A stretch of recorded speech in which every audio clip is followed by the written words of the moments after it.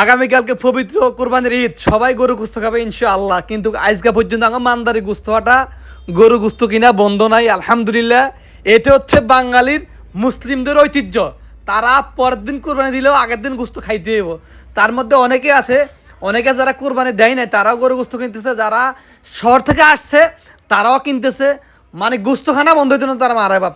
বাঙালি মানেই, বাঙালি মুসলিম মানে গোস্ত খাইতে হইব। ঈদ ধরার দিন হলে কোনো সমস্যা নাই, গোস্ত ছাড়া বাঙালি মুসলিমদের চলে না। তাই আমাদের গোস্ত খাইতে হবে, গোস্ত সবার প্রিয়। তো পবিত্র কোরবানি ঈদের আগ মুহূর্তে সবাইকে জানাই পবিত্র ঈদুল আজহার শুভেচ্ছা। এটা হচ্ছে আমাদের ঐতিহাসিক মানদারি গোস্ত হাটা, যেটা মানে শেষ মুহূর্তে, ঈদের আগের দিন শেষ মুহূর্তে চলতেছে কোরবানির গরু গোস্ত বিক্রির মানে হুলস্থুর অবস্থা।